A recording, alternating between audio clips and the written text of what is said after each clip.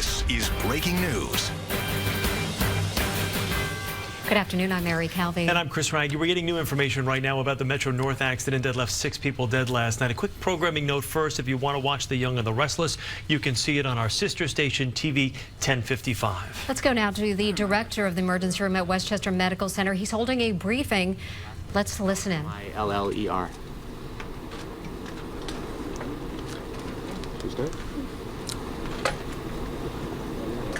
Good afternoon. At 6:44 p.m. last evening, Westchester Medical Center was notified of an incident on Metro North's Harlem line in Valhalla. At 6:47, we declared a mass casualty incident.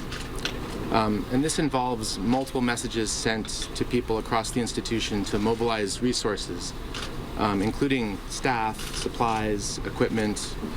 It follows a carefully devised plan, including supplies and equipment that are pre-staged. At that time, there were about 40 patients being treated in our emergency department, including pediatric and adult. The mass casualty incident response to our ED and trauma center included 4 trauma surgeons, 7 emergency medicine physicians, 2 orthopedic surgeons, 1 burn surgeon, 1 vascular surgeon, 1 pediatric surgeon, and at least 3 anesthesiologists. At that time, we readied immediately 10 operating rooms. They were fully equipped and had physicians, surgical staff, nursing staff, anesthesiologists, as well as support staff available to receive any patients requiring the services in the perioperative area. In addition, there was a labor pool that was mobilized immediately of well over 100 staff that were available to respond to patient care as well as to provide family support. We did have chaplains as well as bereavement specialists available, and we were providing support to the families of those patients here and others who are looking for their loved ones throughout the evening. So, beginning at 7:20, we began to receive 12 patients from the incident. 9 of these patients involved a trauma activation, including 5 level 1 activations. When we are notified that a patient who's suffered a trauma is on the way to the hospital, we do a trauma activation, which is another series of pages and messages that mobilize a group of trauma specialists, including trauma surgeons, some of whom were already in the emergency department because of the other notifications. To receive 9 at once, especially 5 level 1s, is a lot of work, a lot of patient care that needs to be done very quickly. The medical director of our trauma program, along with the medical director of disaster preparedness and one of our senior charge nurses in the emergency department, worked as a team to do what's called triage and basically determine which patients were the most critical. Even though all of them were quite sick, it's very important to direct the resources to the right patient in a very efficient way. And that was done through the teamwork of surgeons, physicians, and nurses, and it worked very well. You want to talk about the extent of injuries? Sure. We have admitted a range of seriousness in the injuries, ranging from critical to stable. The types of injuries that we saw, from lacerations to contusions, some crush injuries. We had some open fractures and some dislocations, as well as smoke inhalation exposure and flame burn injuries. The current status of our patients is that 1 patient remains in critical condition, 1 patient remains in serious condition, 4 patients are in fair condition, and 2 patients remain in good condition. We were able to have 4 patients discharged throughout the nighttime. Can you repeat that again, the status exactly of the patient, please? There's 1 in critical condition, 1 in serious condition, 4 in fair condition, 2 in good condition, and we have been able to discharge 4 patients. For the types of injuries, would you mind repeating that? Crush injury, smoke inhalation exposure? Sure. Lacerations, contusions, crush injuries, open fractures, dislocations, smoke inhalation, and flame burn injuries.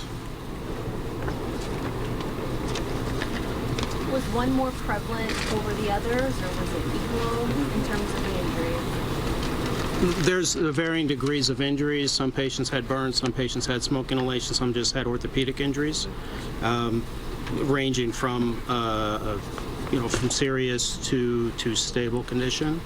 Not prepared to go into any further detail regarding the injuries. Can you give us a sense of, in your experience, how this situation compared to past traumas that you've had to treat? Well, I guess the silver lining here is that the injuries and the extent of the injuries weren't as serious as they could be, comparatively to some other major trauma activations that could have, we could have received a lot more patients, a lot more serious injuries, and it could have resulted in a lot more deaths. So we are thankful for that.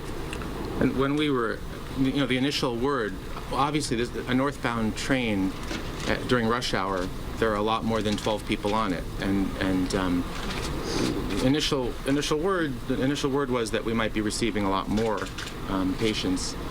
So so we were preparing to receive far more, and unfortunately the majority of the patients on the train were not seriously injured.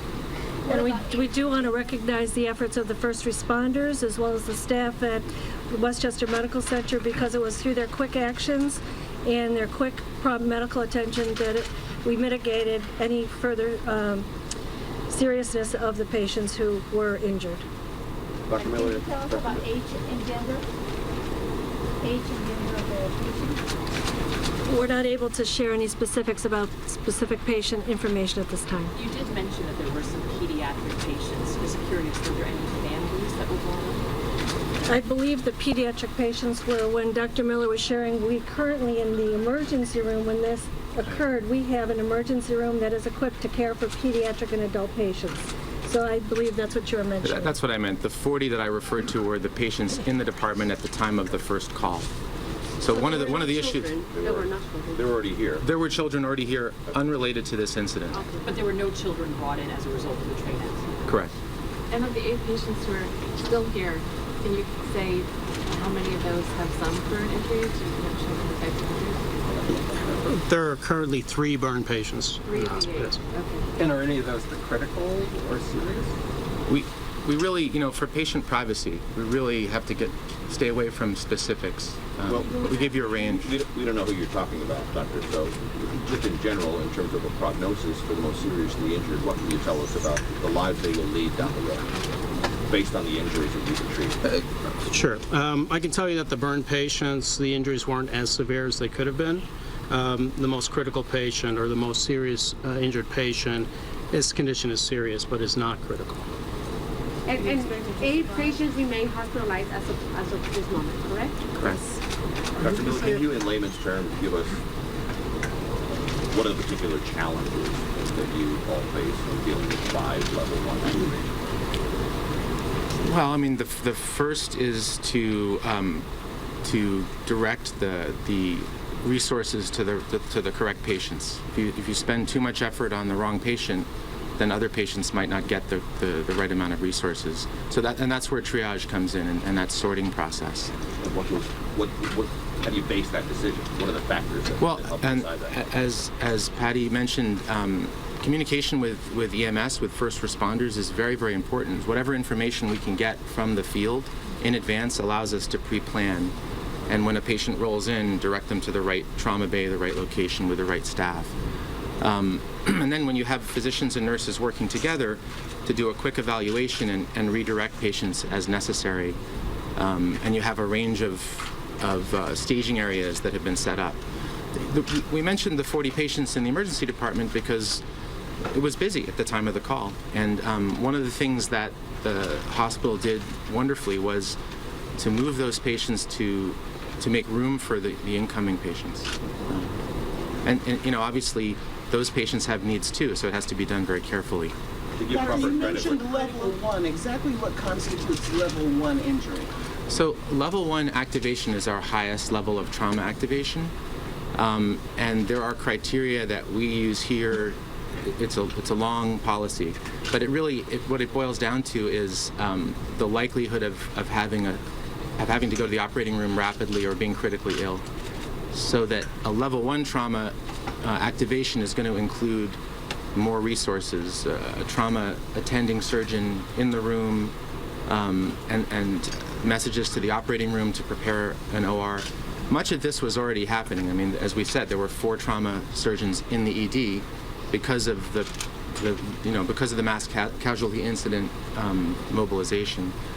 But that's what a level 1 trauma is meant to do. And how many of those patients ended up in OR? I don't know how many of them went to the OR. I don't have a concrete answer for that, because some patients went to the OR right away, and others, well, I knew, had to go to the OR later. Sometimes in trauma surgery, often that's staged. That's done in stages. So there's patients go to the OR initially for stabilization, come back to the intensive care unit, and go back to the OR the next day. So it's safe to say several were taken to OR. Absolutely. Dr. Miller, if you can recap, you said at the beginning that you were expecting, you have been prepared for something of major proportions, but in reality, if you can resume what exactly you were preparing for and what was the actual fact, how many patients in total were ready? Well, so, I mean, as the regional trauma center and the regional burn center, and pediatric trauma center, our mission is to be prepared for this sort of thing, and we get every day many patients transferred to us from other institutions that have lesser capabilities. So for this accident in particular? For this particular accident, we had calls from EMS and first responders, but we also learned some things from the media, from you folks, and there was a range of numbers that I was aware of at the time, anywhere from 10 to over 100. And in reality, how many patients were brought in total? 12. So, we have one of the things that we do in order to receive a large number of patients at once is to have sort of pre-registered packets. You've all been to the hospital, and you know that you register, and that takes a few minutes. We do it very quickly, but even a few minutes, if you're getting 100 patients, that's way too much time. So we have pre-registered disaster packets that have everything that the doctors and nurses need to immediately identify someone, label them, and safely treat them. And one last question from me. You've been listening to the doctors at Westchester Medical Center. They received 12 patients after the crash last night. 1 patient still in critical condition, 1 in serious, 4 listed as fair, 2 in good condition, and 4 patients were discharged. A wide range of injuries for those patients. The most serious with burn injuries, others with crush injuries and lacerations and contusions. It is a story we will continue to follow. We will bring you the very latest at 5 and 6. This has been Breaking News.